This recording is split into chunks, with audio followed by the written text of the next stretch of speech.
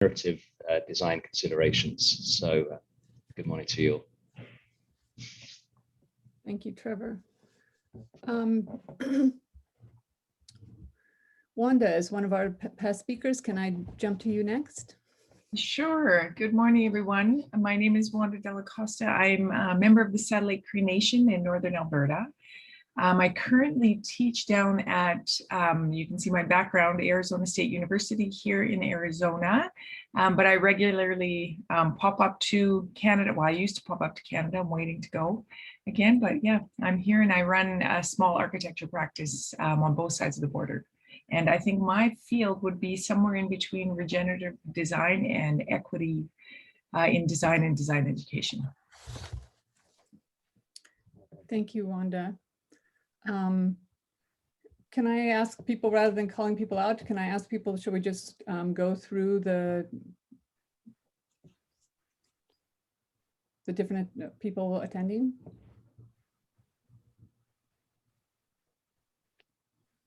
I can kind of talk a bit about what Supernatural has planned. So we've committed to 4 events on the subtheme of regenerative design, working with Trevor and Veronica. And we've engaged in conversations with our mentors. And for our first for the first event, we're kind of proposing that all of the participating members of the Global Studio group could meet for like an interdisciplinary and interactive workshop. And our vision for this workshop is kind of like a collaborative charrette that would take place around mid-June. So it'd probably be the next event happening in this series. And here a question will be asked of our colleagues about the regenerative and collaborative future, and then using kind of a collaborative platform like Concept Board or Miro and smaller breakout groups, we're kind of hoping to create a mural, which would kind of highlight the overlapping and different ideas about regenerative design and find themes and synergies between all of the Global Studio partners. And then our hope is to kind of take a soft systems approach to this to plan our remaining 3 events with the emergent themes from this workshop. We're not sure when our dates will be, but kind of just equal spacing, a rough guess would be August, October, and January would be our other events. But that will be decided later on permanently.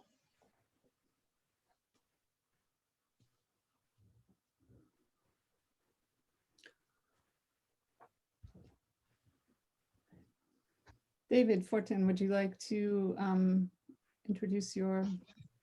Yeah, good morning. Thank you. Good morning, everybody. My name is David Fortin. I'm the director of the MacEwan School of Architecture in Sudbury and an associate professor, and I also run a small practice. I'm a citizen of the Métis Nation of Ontario, and I'm thinking that the design and equity in design and design education, it would be my contributions primarily, and our school has been exploring a kind of alternative curriculum and path involving Indigenous teachings. So happy to share what I can. I believe my commitment was to give a lecture, but I'm excited to see how this evolves.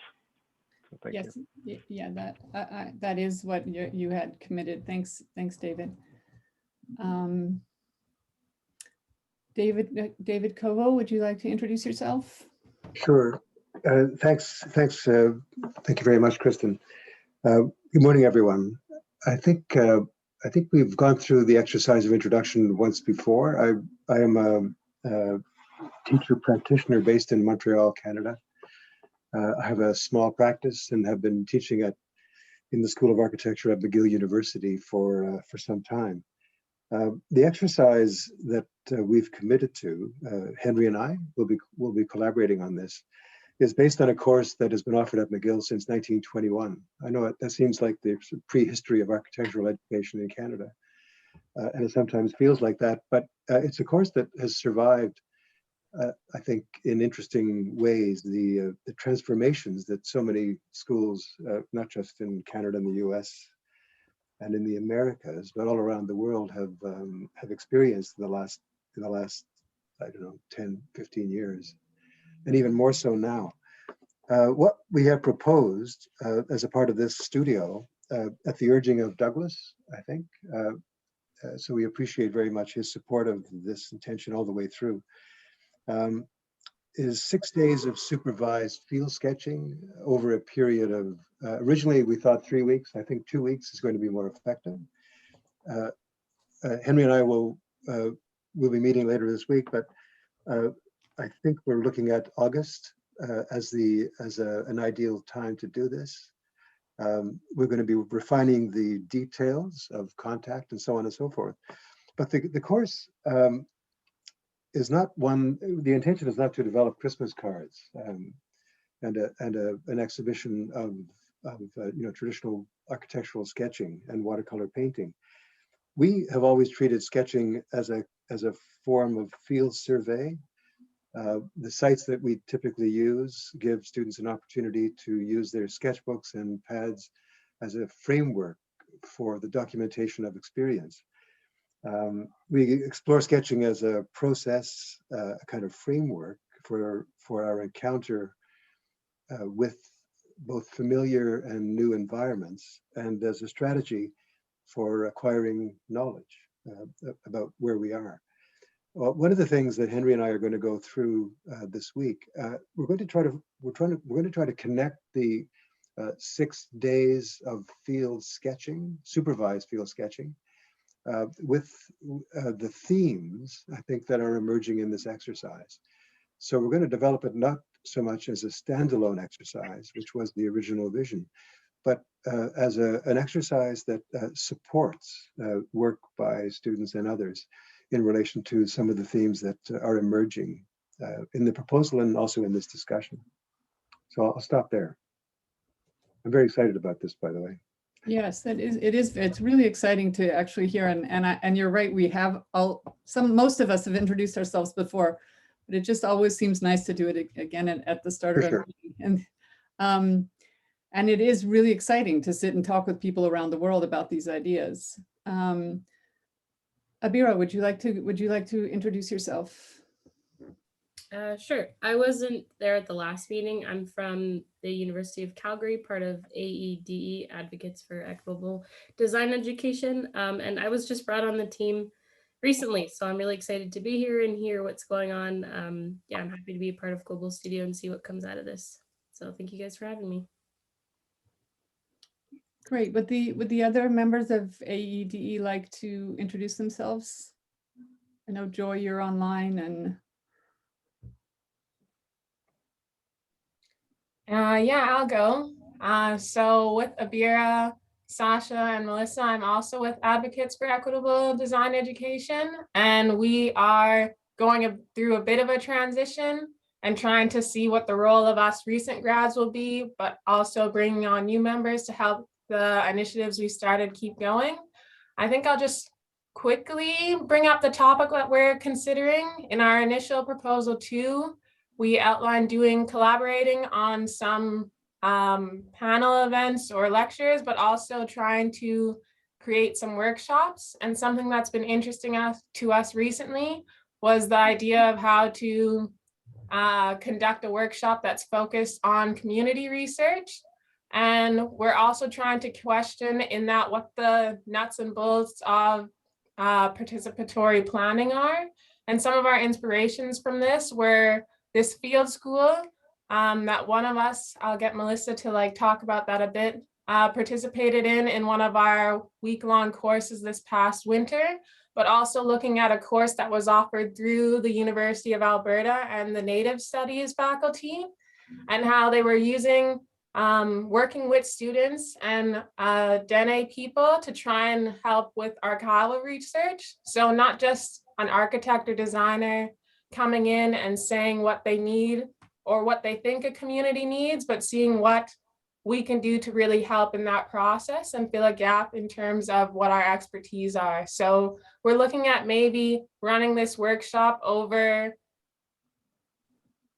a week or a day, but we're not really sure how to, I guess, delineate everything. So we're still trying to develop that and hopefully aiming for the winter or fall semester to actually have time to do this. And the idea is to try and give people more of a backing to feel comfortable, students, in terms of engaging with these issues and how to do responsible community research and not be too afraid of approaching such topics. And some of our motivations were coming directly from our manifesto in this idea of expanding the range of ideas and empowering diverse and critical voices in design. Urban justice demands the democratization of environmental design, where people have the tools to assert their right to the city, dismantle systems of oppression, reduce disparities, and take action to build a dignified life. So there's often a disconnect between what design is happening and how people can be involved. And I think this was an interesting notion that was brought up a couple weeks ago when Dr. Sachaba Mape came and did his speech too, or his lecture, and was talking about how in some capacities to give agency to people and have that influence over their spaces. So it's quite an ambitious workshop, and the execution of it will have to still work out, but yeah, I'll let the other members of AEDE with me introduce themselves. I'll just briefly say, Joy, I'll send you a project that was done as a joint effort between the Simon Fraser University and some of the community art practitioners in the downtown east side, as a response to the fact that there's so much research going on and activities in that neighborhood, and the real concerns that were being raised with the ethics of the research and practices that were going on. So they put together a really great little publication that can be easily handed out, and that really very rigorously outlines the ethics. So it might be something interesting for you to look at. So I'll send that to you. I'm not sure if I have a digital copy, but I'll figure something out and get that to you. Awesome, thank you. Because I think it's a really critical issue. I can go next. I'm Melissa. I'm also from AEDE. I've been in a few global studio meetings, not the past one, but Joy has caught me up. But yeah, I'm really interested in this topic we're beginning to explore. I just think talking to colleagues at school, they reach out about AEDE, there's a lot of reluctancy, hesitancy for them to join and to talk about these issues because they're scared they don't know how to do it properly. And I just think it's something we should be addressing. And I was part of the Block Week course where we basically mapped out stories of individuals in the cities. And a lot of them were immigrants. The woman I worked with, she was from India. And we just really learned that you're always scared that you're going to offend or use improper terminology. But the prof, what he really was trying to target was that through empathetic listening, that's the most important thing to do. And not to create solutions, but to kind of plant the seeds in people's minds. And I think that's something very valuable I took of the course, and I would love to inspire and talk to other students about it. So that's what really inspired me about this topic. So yeah. Great, thank you, Melissa. Yeah, maybe I can just jump in because I'm also part of the AEDE team. So my name's Alexandra Sasha Simic, and I'm a Master's of Architecture student at the University of Calgary, and I'm part of the, I'm a representative as well of advocates for equitable design education. And yeah, just to echo what Joy and Melissa have already said, I think this issue of integrating more participatory planning is super interesting. Just out of my own personal experience in studio, like I think that some of the strongest parts of studio, my past studio projects have been interacting with community members and like really seeing what they need, and not just acting as a designer in a vacuum and imposing what I might think a community might need. So I'm really interested in helping out with this workshop that we have planned as well. So thank you. Are there any other members of AEDE with us today?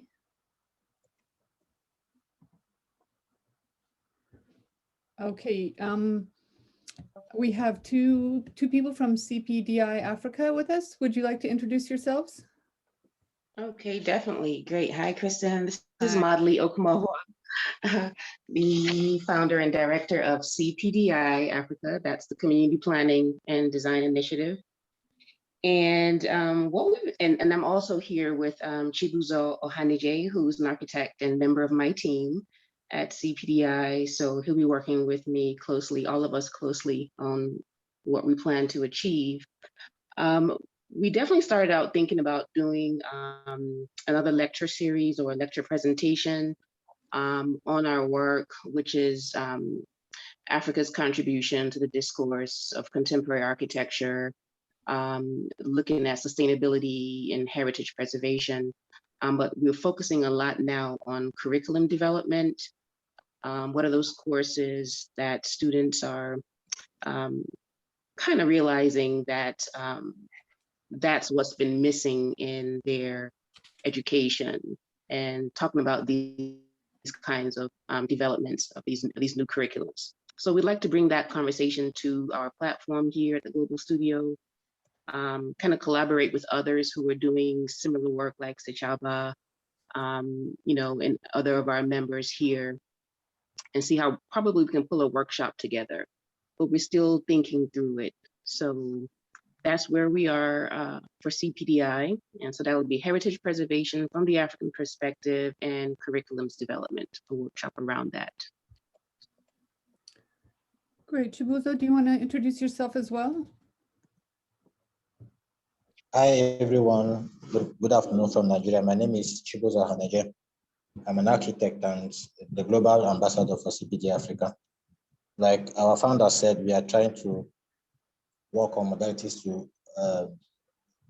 allow the discourse of contemporary architecture in the African way, our voices be heard internationally.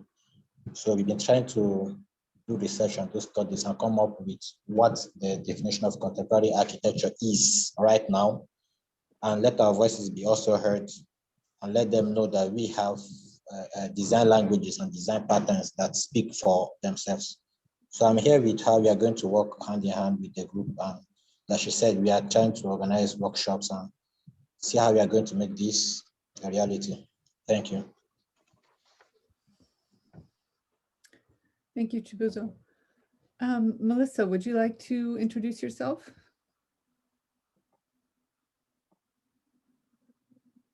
Oh, sorry. I just had my video off, but I had already introduced myself. Oh, sorry, yes, you did. Yes, sorry. Okay, is that everyone or no? Rudolph, could you introduce yourself, please? Hi, I'm Rudolph Perold. I'm from the Cape Peninsula University of Technology in Cape Town. I've got two of my previous colleagues here, also based in Cape Town. I've sat into one or two of these meetings. We haven't committed to anything, but I would like to propose some activities relating to an international online parallel online design studio that we are going to be doing with our Belgian partners at Hasselt University next year. It's a bit of a teaching methodology experiment for us, also in a new qualification that we'll be offering, where students in Brussels and students in Cape Town will prepare project briefs and site analyses for each other, and then swap, and then conduct design exercises in each other's cities. And it will be built on a model that Hasselt University has been piloting with their partners in Vietnam at Ton Duc Tang University. Hasselt University, then unable to join today, but Els Hannes and Peggy Winkels will probably be joining the next meeting. And they volunteered to do a presentation on their current track record of how this process has developed from kind of an ad hoc initiative to a fully fledged online parallel design studio. Okay, great. And have you seen the studio that Curtin University, who's one of the other partners, is doing, and has proposed that students can sit in on the lectures, and I can share that. If that wasn't sent out to everybody, I can share that flyer that they've done. That would be great. I think I'm aware of it. I haven't seen more detailed information though, so that would be great if you can share it. Okay, I'll do that. Thanks. Yolanda, would you like to continue? Thank you, Kristen. Yes, I'm one of the two colleagues that Rudolph mentioned. And as you know, I was formerly at the CPUT and I've moved over to Stadio where Hermie is situated. And so, you know, we talk a lot, and I think being in Cape Town, there will be a lot of liaison, you know, among our institutions. I've moved more broadly across to instructional design. So I'm particularly interested in conducting studios globally and how we communicate and interact in an inclusive way. So I'm supporting Hermie with her projects, and I think I must hand over to her to give you more detail. That sounds good. Hi, Hermie. Hi everyone. We've had very unstable internet in our neighborhood all of today, so I'm keeping my camera off most of the time. Yeah, I'm from Stadio, as Yolanda mentioned, and Rudolph, and we a higher education institution in South Africa. I'm based in Durbanville, Cape Town. And we are currently still developing our School of Architecture and Spatial Design. So we don't have any full-time formal qualifications yet or full-time students, but we are offering short learning programs, short courses, and online studios. And what we put on the table last year when we started the proposal was a series of webinars. But those already happened in 2020, so we can't put that on the table anymore. But what we are involved in at the moment is we are linked to a conference called, we're actually a host for the conference, which happens in 2022. It's called the Sustainable Built Environment Conference. It already started, it's like the 6th one in a series of similar or conferences with the same name. And in building up to that conference, there's a hands-on building workshop that happens before the conference, which is in March next year, and then the conference itself. And that hands-on building workshop is happening at a rural school in Elgin, which is close to Cape Town. It's an area where a lot of fruit is grown. And it's like a little farm school. And the school it's got 140 children. It's quite an amazing school. It's very positive space. The children are happy. We had a site visit there last week. And the school doesn't receive the same funding as schools in cities would receive, although they are part of the government's a government scheme where kids get a full meal in the morning and in the afternoon. So we are doing 2 online studios where we're going to look at a master plan for the school, because now and again they get funding and then something would get built like a court to play on or additional hall, but nobody has done any planning of where things should go. So it's happening in a bit of a haphazard fashion. So we're going to look at an overall master plan in one studio, and then we're going to do in another studio, we're also going to look at a more detailed design, which will then be built beginning of in March. So we would like to invite people to take part in that studio. We will have a number of places where participants can come in both studios. The first one will hopefully happen in the last 2 weeks of July, and then the second one probably September, October. Linked to that same conference, there's also 3 webinars coming up, which we will invite everyone to participate in. And the first one is on the 28th of July, and it's basically reflecting on what sustainable built environments mean, where it comes from. The second one focusing on practical applications today that are relevant, and then the third one looking into the future and kind of conceptualizing sustainable built environments.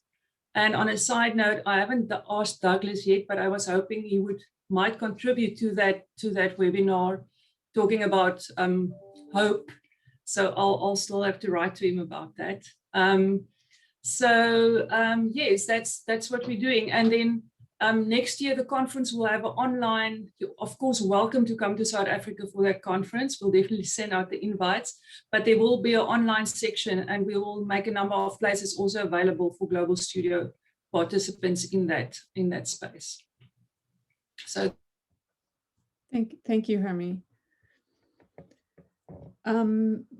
Adria, I don't think we heard from you when we at the start with the others from Supernatural.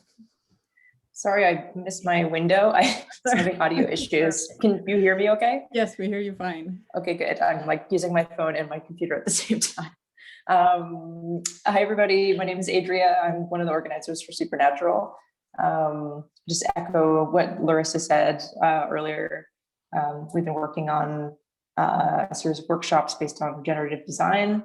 And, in our talks with this, we were trying to think of what topics we wanted to do and how we wanted to approach this. And we realized that rather than trying to go for more of a solutions-based, lecture-based thing, we really wanted to get people together and actually focus on what things that we need to question, what things do we need to unlearn, and how do we, rather than just talking about things, or bringing in a few people to talk about it, and then we all listen to it, and then we all go off into our days, and kind of don't really get a chance to reflect on things. We really wanted to get people together to maybe make some stuff and actually have the partners here at Global Studio help us figure out what it is that we even want to talk about, rather than us, coming up with a really prescribed, pre-planned way that we want to do this. So like Larissa said, we're wanting to do before we even get too deep into planning for the rest of our workshops, we really want to get all of us together to make something and help find some synergies between all the awesome work that everyone here is doing. I'm already seeing so many overlaps and complements between the work that everyone's doing. So looking forward to getting everyone together in the same, virtual room to make some stuff and kind of get to know each other a little better. Great. And maybe once we finish the introductions, we can jump back to you guys from Supernatural, because I do think even hearing it again this morning, it makes sense that maybe that the charrette that we talked about really digging deeper into these topics and what they mean would be a really great way to start, and would inform some of the other things that we do. But we haven't heard from Carol, and without Carol, we here at AU would not keep going. So if Carol could, she's like our invisible support structure there. So give her a moment to introduce herself. Yeah, good morning, everyone. I was hoping to hide in the background and not turn my camera on. Just got back from a couple days of hiking and camping in Jasper. But I just wanted to say it's amazing to see so many passionate and talented individuals in this group. And I'm honored to be part of the team.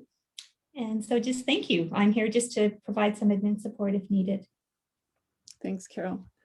And I'd really like to, that became a bit of an extended circle of introduction, but I think, it was what it needed to be. But I think within that circle, there also needs to be the introduction of the land and the acknowledgement of the land. And so I'll share my acknowledgement to the land. As a white settler in Western Canada, with a familial legacy of colonial complicity that stretches back for generations, I'd like to acknowledge that I live and work in both British Columbia on the stolen land of the Secwepemc Nation on Turtle Island, and Johannesburg, South Africa on Veld stolen from the San and the Sotho-Tswana people. And I also think it's significant to point out that gold deposits were discovered in both these locations within 4 years of each other in the mid-1850s, which then triggered in both places the mechanisms of land appropriation, the displacement of communities that were thousands of years old, cultural assimilation, and the beginning of the empirical resource extraction. So just to sort of define my own relationship with the lands that I live and work on,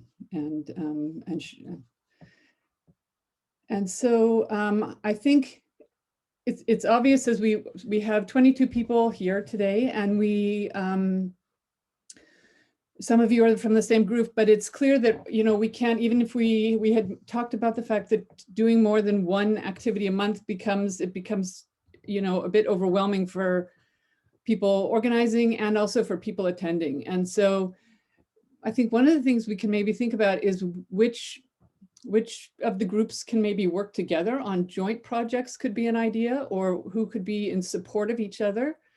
I think it could create an interesting synergy to sort of maybe combine groups, and it gets you to think, you know, from a different perspective, which I think can be useful.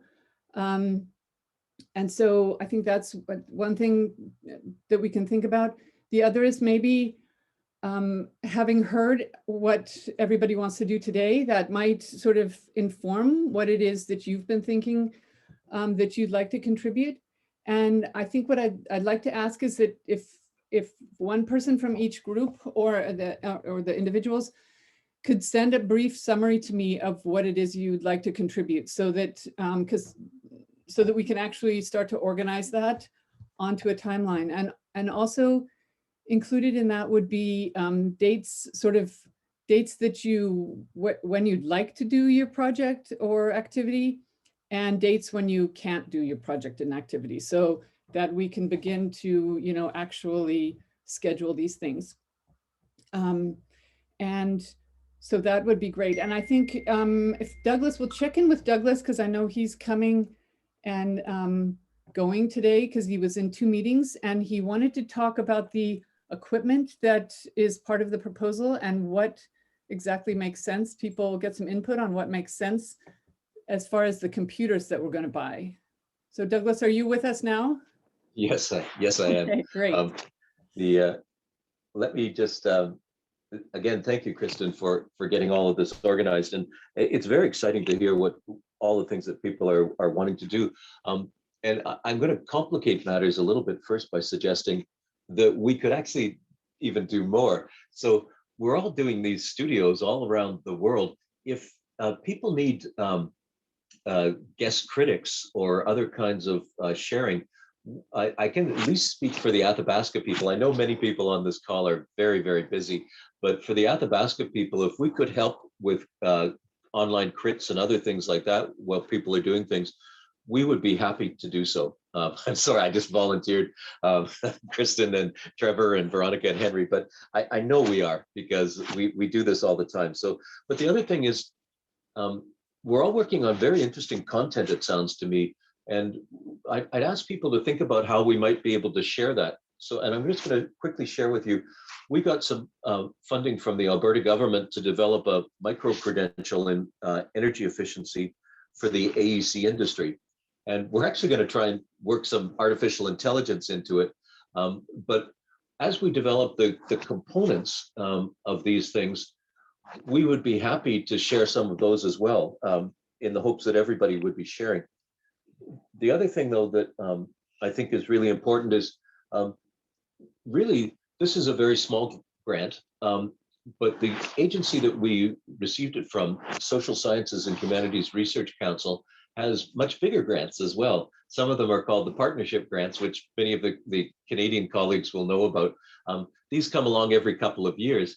I think if this works out, that we would be in a very good position to go after a partnership grant, which is several $1 million over 5 to 7 years. So I'm hoping that this is kind of an important trial run for us.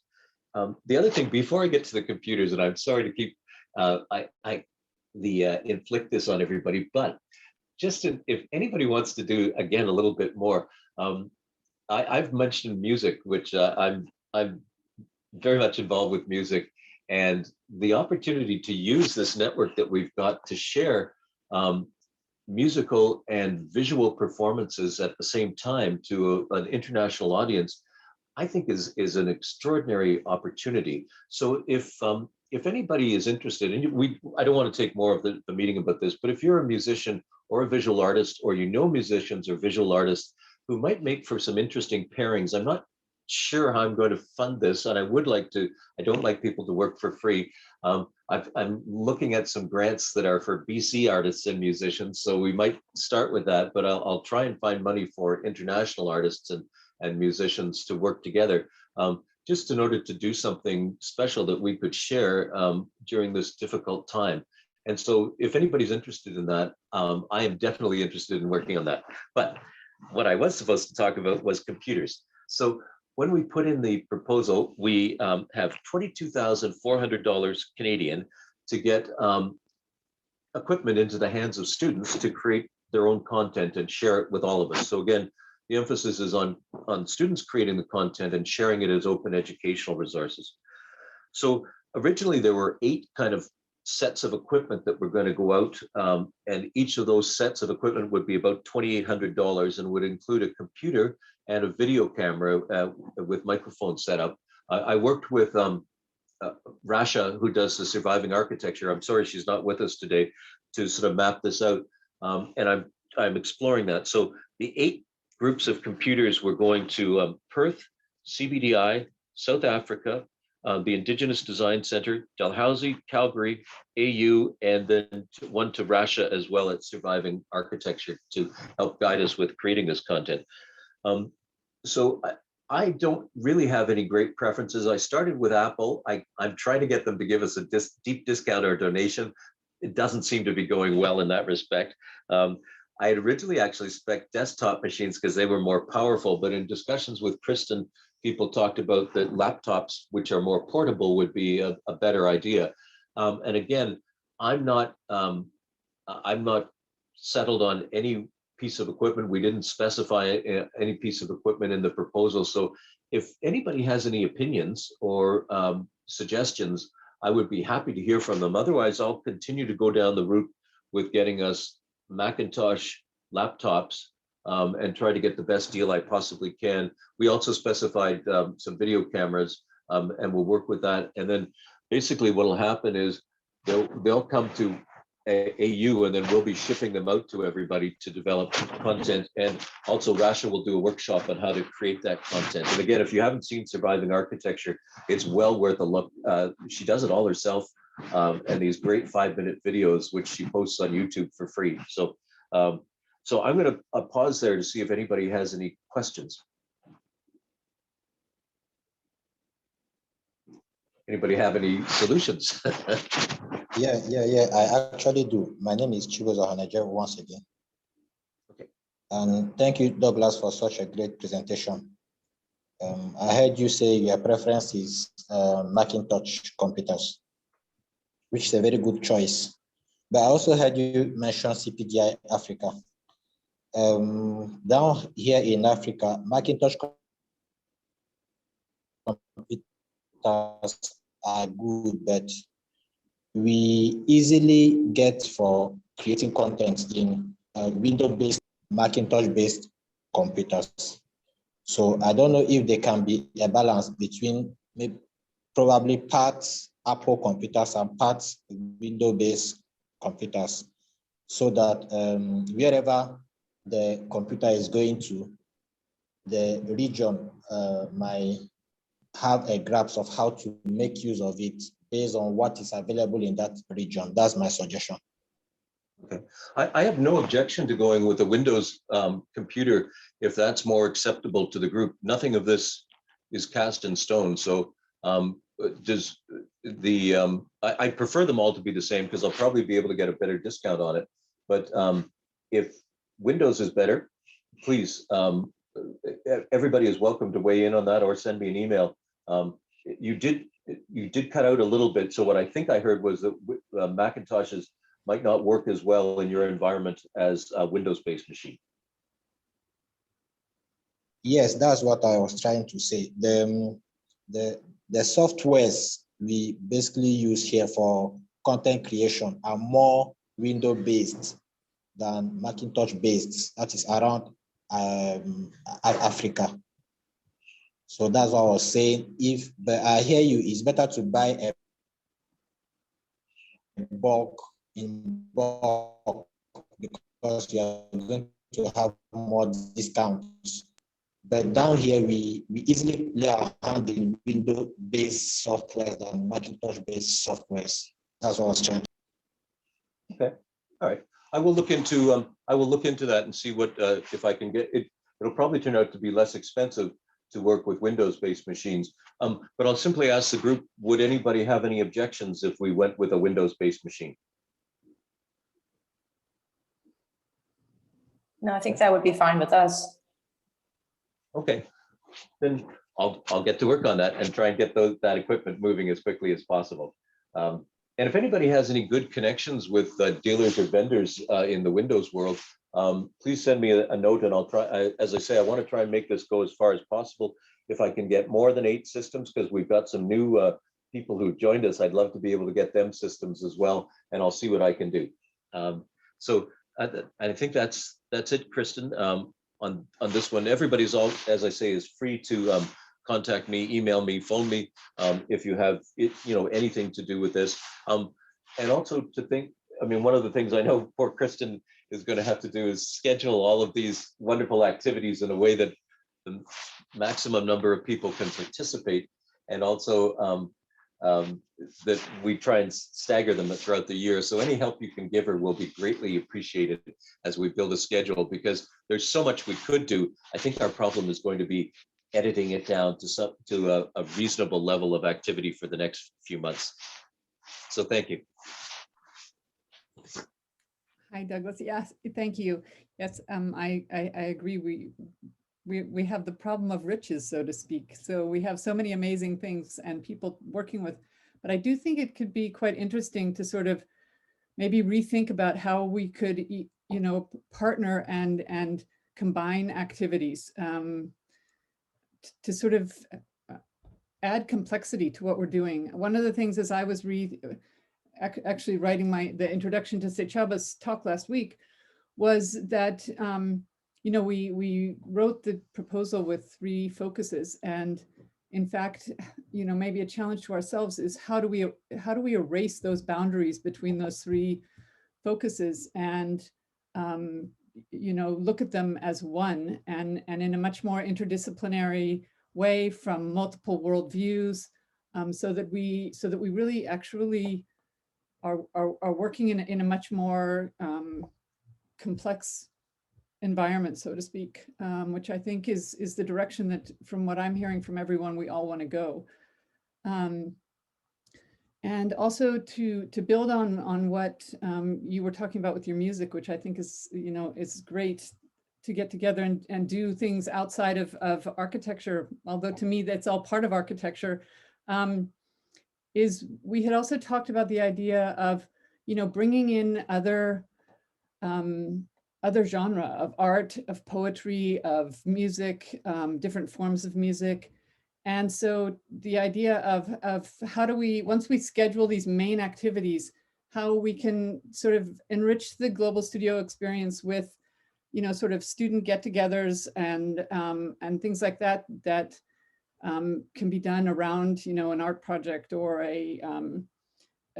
or creating music or that sort of thing. And that's part of what led us to the notion of the charrettes and how to move. It was Joy in a few meetings ago who brought up the idea of how do we move beyond just sort of having more panel discussions and lectures? How do we make it more interactive?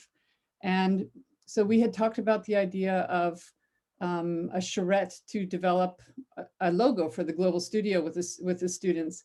And then when we met with Supernatural, they also had talked about this idea of a charrette as the initial or the next workshop.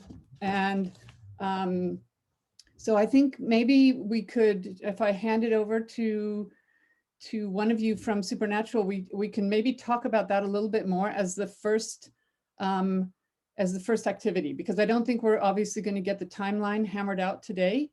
But I think it's important that maybe we get the first activity in place, and then we can build the timeline from there. And so if one of you from Supernatural would like to just sort of tell us a little bit more about what you have in mind. and then we can get some input from others in how they think that could roll out.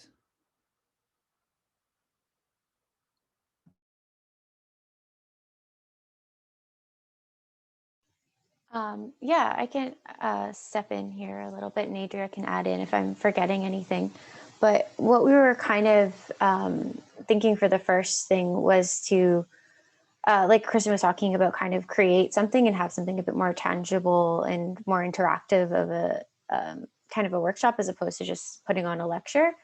So we were kind of just some rough ideas that we were thinking about, and I'm excited to get feedback about this from other people who've put on online things. Is we were kind of thinking about maybe proposing a question to everybody centering around regenerative design and some of the other themes in the Global Studio Workshop. And then we were kind of thinking about breaking off into smaller little work groups. And our plan was to kind of, this was inspired by some lectures that Adria attended at Waterloo, which she can speak to in a minute. Where we would kind of get people to break out into smaller little rooms and use a platform such as Concept Board or Miro to kind of place their ideas. And you can, for those who aren't familiar with those, you can put images on there and text and stuff. And so we can kind of just compile a lot of these ideas into one place. And then our plan was to kind of go through and check what the emerging themes were and stuff. I'm not sure if I missed anything, if Adria wants to chime in. Yeah, I can jump in quickly. Yeah, that's essentially it. Really, the idea was really born out of a couple of workshops that I did with some students out of I participated in.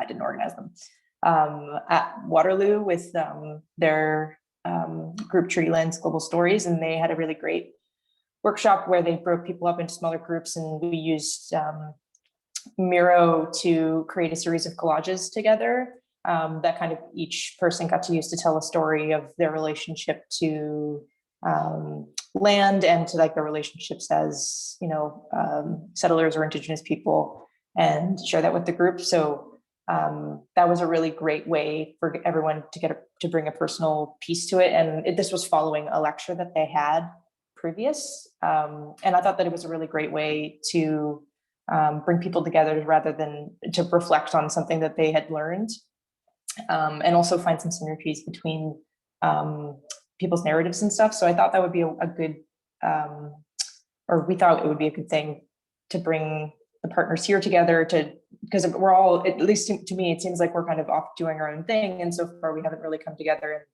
And there's so many things that are happening here that could really work really well together. And so rather than just us hosting some workshops, we thought it would be a good place to start to try and find some ways that to bring us all together as a team and really unite us under like what Global Studio stands for and what it is that we, how do we see those boundaries blurring, as Kristen said earlier, between our kind of three pillars that we have supporting this project. So we're not totally sure exactly what it is that we will ask, but it would be basically we bringing people together under a shared task and making some kind of collage or image together with a short time frame. It's not going to be super polished, but basically telling a story together, finding a narrative that kind of strings together everything here at Global Studio, and then it'll help us develop what we think will be best, or how to spend the rest of our 3 workshops in the future, and also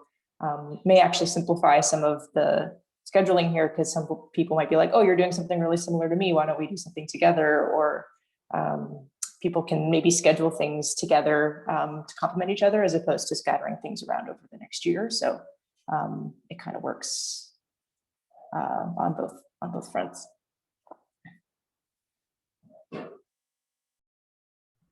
I remember in the meeting we had, it may have been you, Trevor, who suggested this when we were talking about this issue of how do we actually erase the edges around not just these focuses, but around architecture and begin to really look at things from a more holistic perspective. And one of the ideas that you had mentioned was the idea of sort of having more general themes that we all can relate to no matter where we are in the world.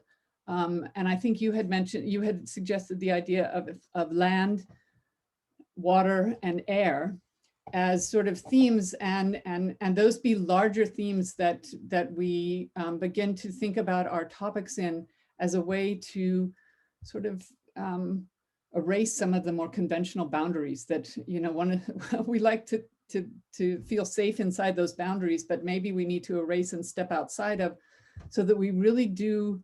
I think we all agree that what we really want to make fundamental changes to the way that we're educating students and the way that we're practicing. And so how do we actually really do that and move beyond, you know, talking about it and in ways that everyone can relate to, which I thought was why I thought that your charrette that we had talked about would be such a great way to start the Global Studio.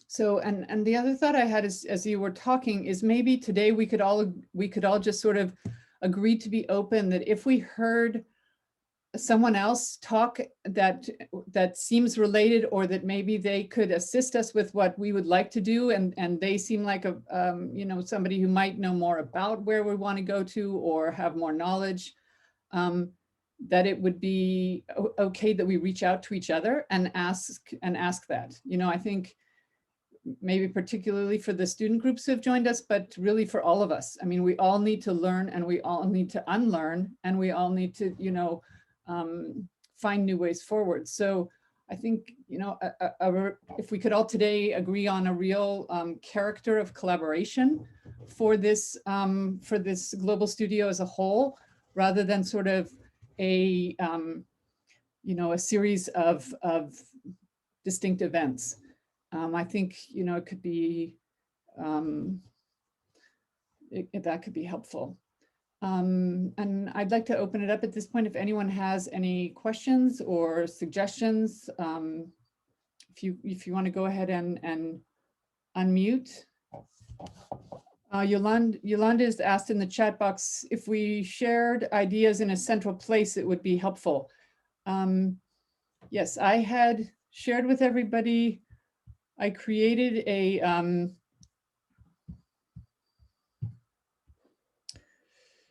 I'll just pull it up.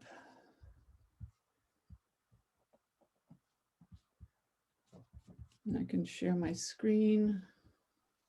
And you know, the idea of a mural board also that Yolanda suggested also is a great idea too. And I think we should try and do that.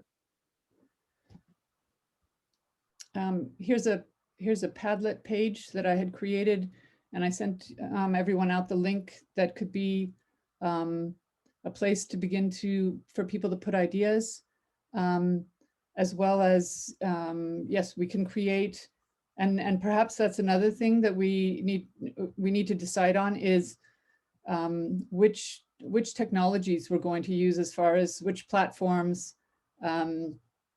I'm developing a website that will sort of be a place that can,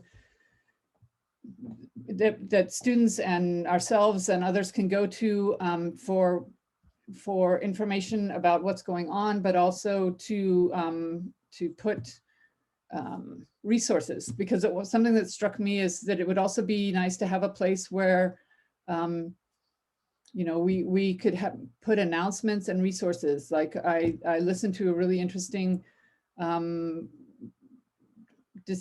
discussion from the Harvard GSD a couple of weeks ago on regenerative design. And I thought to myself, wow, it'd be great to, you know, send this out. But, you know, we all don't necessarily want to be getting endless emails. So if there's a place that, you know, we could post these things, I think that could also be interesting. And maybe that could be in conjunction. AEDE you had mentioned doing something with a reading group or a reading room.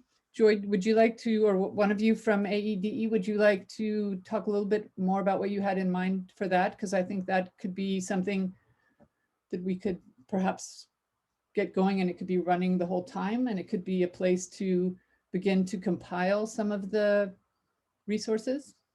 To see if you think that makes sense. I'm not, am I echoing? I'm not sure if it was the reading room or just having, I think because at AU, you all had that virtual studio or 24/7 Zoom room or something like that. But maybe for us, there was the idea to make a logo competition, but perhaps we need an actual website as well. And then it can link to all of our different, I guess, happenings there too. I'm not sure what the best room idea is for us to communicate as an alternative to just a reply all on the emails. Does this Padlet board have an interactive element as well? Or is it mostly a place where you put things you're working on? No, it's totally interactive. So all of you, the link that I sent out, everybody can go in and add comments or you can either add on to existing notifications or you can post a new notification. So is it only private though? As in like everyone who's part of this internal committee would see it? Or is that Padlet board what we would want to use as like an advertisement type thing? Or just a behind the scenes for us? Sorry, I should have gone through the logistics of the Padlet board when you sent it.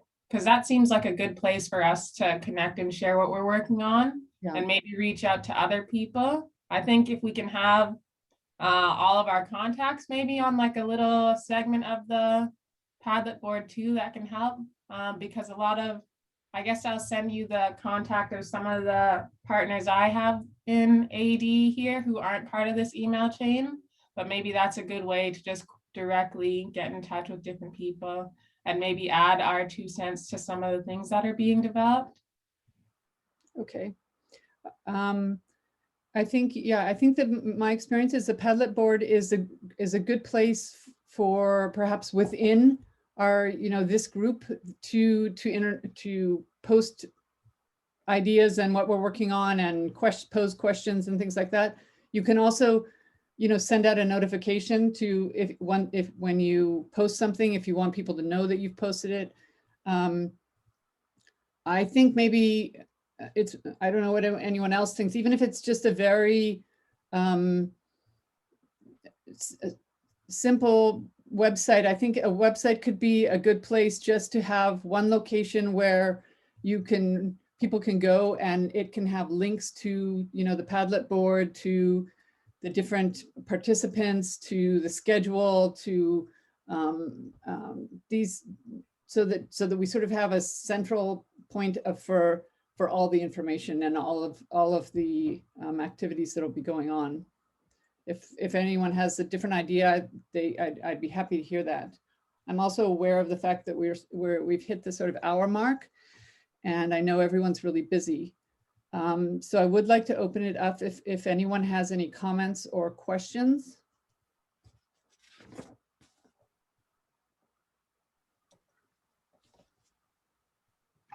Hi, Kristen, it's Veronica here. I think the Padlet board could work really well. We use it in the virtual studios to share information, become a resource board.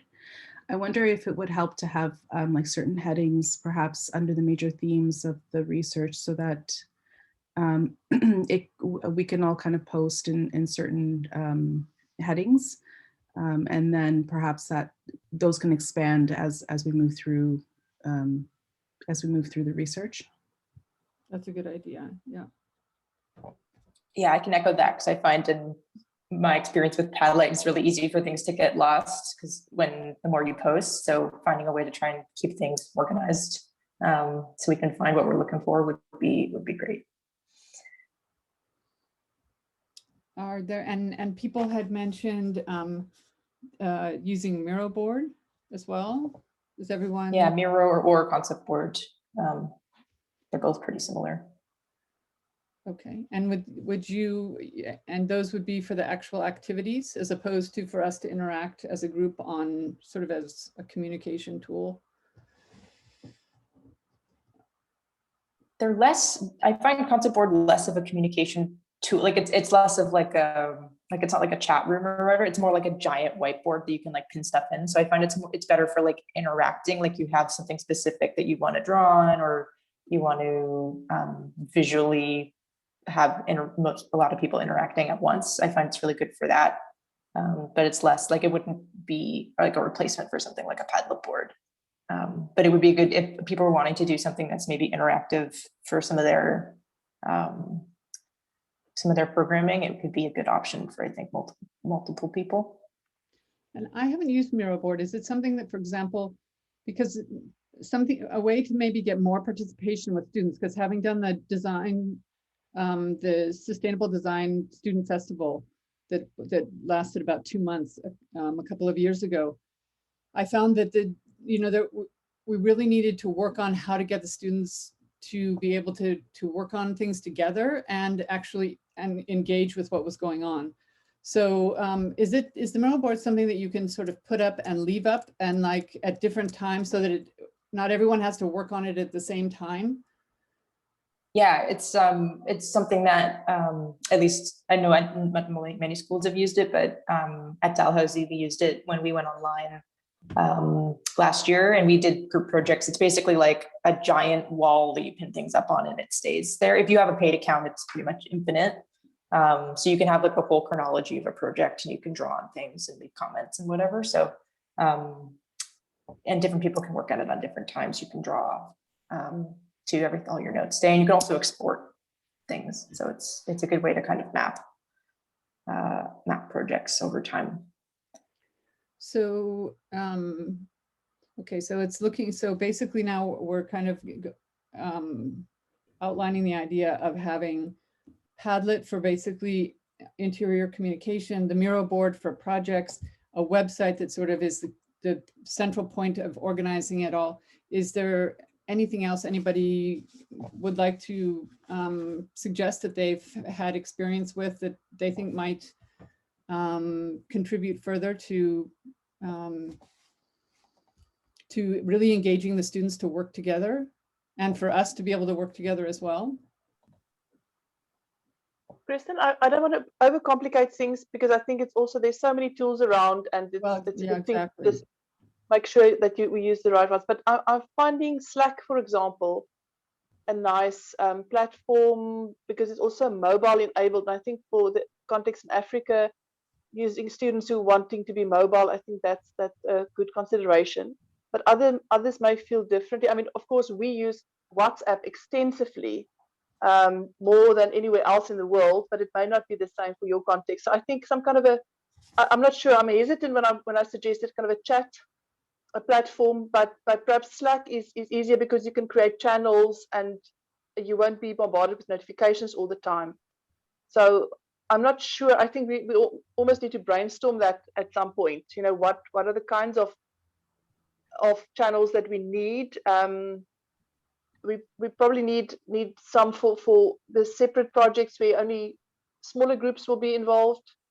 And that's why I thought that perhaps using and that's another brainstorm session probably, if we could use Miro and literally it's like, you put a post-it down and you say, this is the Perth Urban Lab project, and then this is that project, and we kind of can link them and overlap them and move them closer together so we can visually also see, or literally map our projects.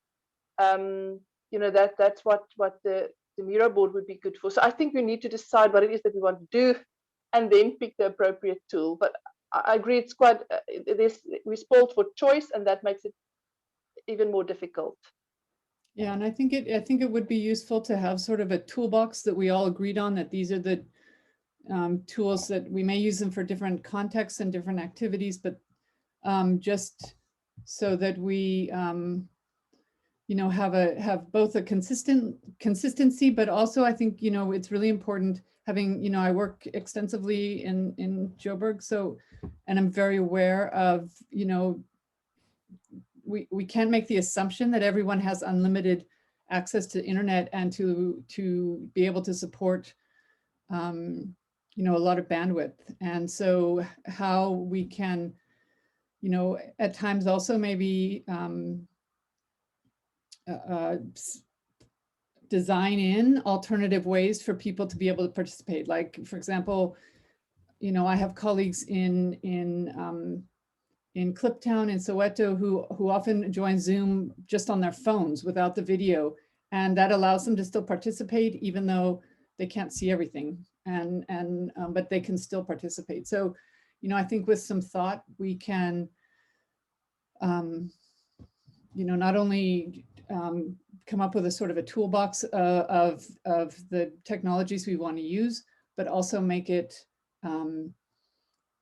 you know, accessible to everyone.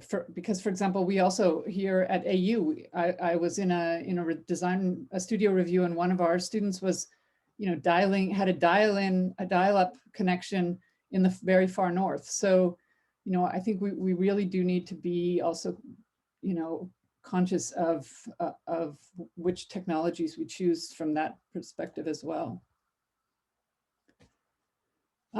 Is there anything else anyone would like to? Kristen, just Trevor here, maybe one of the considerations would be that if whatever tool we settle on, that it's, you know, fully accessible. You don't have, not everyone has to pay a subscription. Exactly. So if you get like one central subscription and give people login accesses that way, I'm not sure how the best platforms work, but just bear that in mind. I think it's a really good point, and you know, something that some of the funds from the proposal can be used for, so that, you know, with one paid membership, often, you know, then everyone else can participate as well, because, you know, students everywhere, especially right now, are you know, a lot of them are struggling. So, you know, to try to make this something that people don't have to pay to participate in. Hi, Kristen. I just want to mention that just to follow on what Yolanda was mentioning, we also use Slack in the design studio as a communications tool for students. So when they log off of our weekly meeting, they can continue to communicate with each other and share thoughts and ideas. And we're finding it very successful in that, you know, it all depends on the participation of the students, but those who are eager to keep the connection going with each other, they continue chatting with each other even once we log off. So it's a great collaboration tool, especially for students. We used it in the student festival a couple of years ago, and it worked very well with that as well. And you could have, as somebody mentioned, you could have the different streams where, you know, the communications amongst faculty, amongst everyone, amongst the students talking with themselves. And so that did seem to work very well.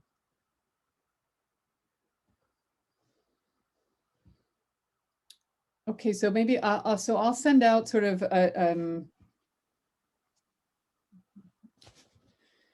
the toolbox, so to speak, with what people have suggested, and then anybody who wants to can maybe give us some feedback on that. And then are there any other, if there aren't any other questions or comments, again, I'd just like to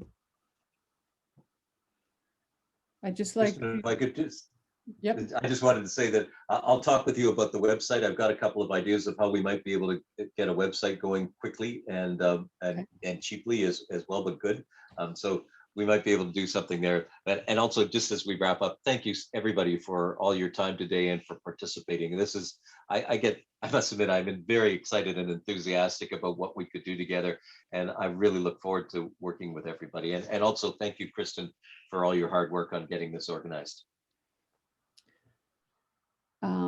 Yes, absolutely. And I'd also like to chime in and say thank you everyone for, I know it's sort of, you know, we have to go through these sort of awkward initial steps to try to get this many people organized with this many things to do.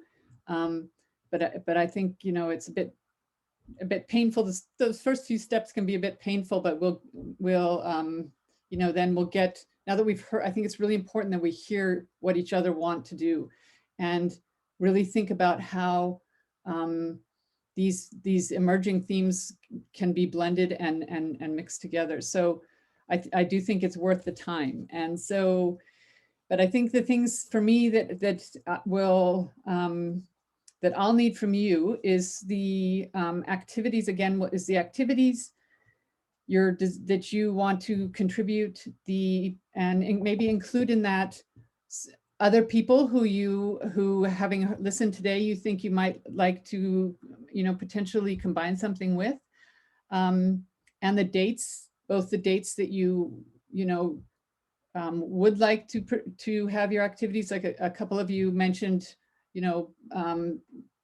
coinciding with semesters and so on. And also what, if there are any dates that you absolutely can't do your presentation. And to some extent we made, it will have to juggle the semester issue, because different parts of the world, obviously like South Africa, they use the calendar year as their academic year, whereas we start in September. So, we'll just have to juggle that. And then maybe if people could also send feedback to Douglas about the equipment issue, so that to just assist him, because obviously we want to get equipment that is the most useful for, for people to use. And then also if people, I've heard from a few of you about the student and faculty designations of who's going to be sort of the representative, so to speak, from the different institutions, and at least one student that is going to be working with you, which we had talked about in the initial meeting. And I've heard back from a few of you, but if people could send me those, so that I'm working on making up a full mailing list, which I can then share with everybody, with all the context and who's involved. So that would be great. And then I will send to you the technologies that we're talking about using. I'll also send out, Joy, and maybe other people be interested to see as well, that the document that was put together by SFU and the community artists for the downtown east side in Vancouver, as far as ethical practice and community participation, because I think that could be something that is across all of our topics. And so I'll send that out to you. And then I think finally, maybe Adria, or one of you from Supernatural, do you have a date in mind that you think you could pull together this charrette that we're talking about as the first activity? Do you think is June, would sometime in June work for you? Yeah, we were talking sometime in June, like second or third week of June, maybe. We need to kind of confirm as the full group again. Just now that we've had this, it's helpful now that we've had this meeting, just to get an idea of where we're at. So, but I think, since this isn't going to be like a super prescribed event, a lot of it is going to be kind of generated through the event. I think June is doable, but we'll have to kind of convene as a group just to confirm that that's how everyone else is feeling. But we'll get back to you about that ASAP. Yeah, that would be great, because then we can, just sort of send out a notification to people as early as possible is always better. And I think it would be great if people can send a graphic when they send their project to be scheduled, because that's just, when we send it out to people, it's just, grabs people's attention. And so that would be great if you could send a graphic of some description as well. So I think if there aren't any other questions or comments, I'm aware of the time, and we can go ahead and close the meeting, and unless there's anything anybody else wants to bring up. And I'm just check the chat to see if there were any further questions here. In terms of a logo, Douglas, I know you said you could get a website started pretty soon. Could you simply just start to advertise it on there, or did somebody already start to put together what this logo competition could be to try and engage students early on? Because I'm not sure, Adria, is that first event more of an internal thing amongst this global studio team, and then the next workshop would be something that's more external? Yeah, that's the idea. I think it was just to like, I guess, kind of do something more internal first to get and then we'll, that'll inform the next 3 events that we have, which will be more external. Okay. And I'd love to hear from people too as well, if there are other things you'd like to see added in, like Douglas brought up about his music. Maybe if we want to have an icebreaker of some description to get to know each other beyond this sort of very formal meeting format, you know, please feel free to contribute those kind of ideas as well.